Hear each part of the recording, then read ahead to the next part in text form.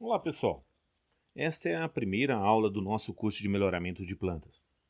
Hoje vamos destacar a importância do melhoramento de plantas para a agricultura, seus principais marcos históricos e sua evolução tecnológica. Importância do melhoramento de plantas. As plantas são os produtores primários nas cadeias alimentares. Em relação à produção de alimentos, as plantas são responsáveis por 90% do influxo de calorias e 80% do influxo de proteínas. Além disso, as plantas são utilizadas como matéria-prima em vestuários, medicamentos, biocombustíveis, dentre outras aplicações. Teoria malthusiana. No século XVIII, o cientista Thomas Malthus discutiu a respeito do crescimento populacional e a produção de alimentos. Segundo a teoria malthusiana, o crescimento da população ocorreria de modo exponencial. Por outro lado, a produção de alimentos ocorreria de modo linear, levando à escassez de alimentos generalizada.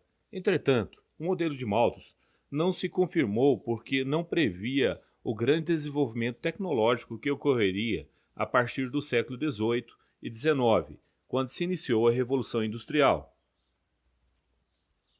Progresso tecnológico. O impacto do progresso tecnológico, principalmente na agricultura, permitiu o aumento da produção e produtividade de alimentos. Os principais fatores associados a estes progressos são o uso de defensivos agrícolas, desenvolvimento da tecnologia de adubação e nutrição mineral, a adoção de máquinas e equipamentos e o desenvolvimento de variedades mais produtivas, adaptadas e resistentes a fatores bióticos e abióticos. Além disso, como resultado, foi possível avançar em novas fronteiras agrícolas.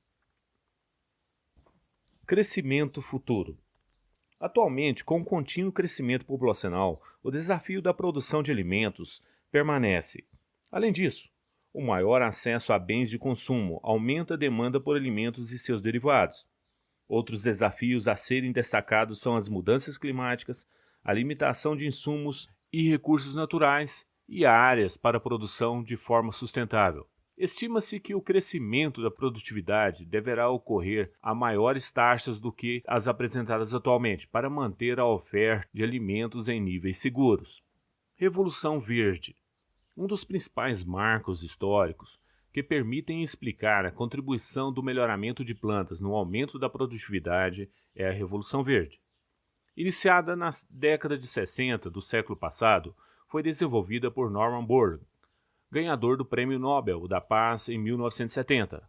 Borlaug e sua equipe desenvolveram variedades de trigo e arroz semi-anãs com maior resistência ao acamamento e o que permitiu melhorar o nível de adubação nitrogenada e, consequentemente, o aumento da produção.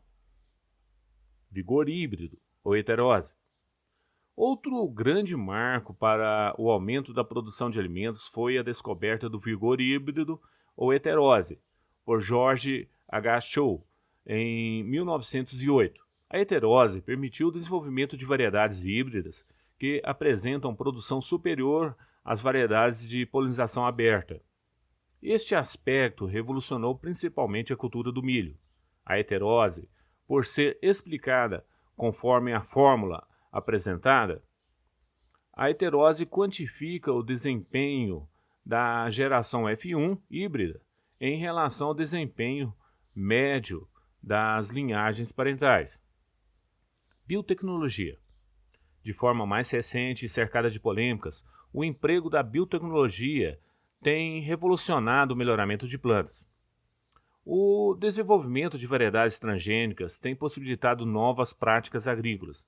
A adoção de cultivares resistentes a herbicida e ao ataque de insetos facilitou o manejo das culturas, porém, trouxe novos desafios, como o surgimento de plantas daninhas resistentes e o desenvolvimento de populações de insetos resistentes. Além disso, o uso de marcadores moleculares e as informações da era genômica prometem conduzir a avanços significativos no processo seletivo para melhoramento genético. Arte e ciência. O melhoramento de plantas pode ser conceituado como a arte e a ciência para o desenvolvimento de plantas geneticamente superiores em benefício do homem e do meio ambiente.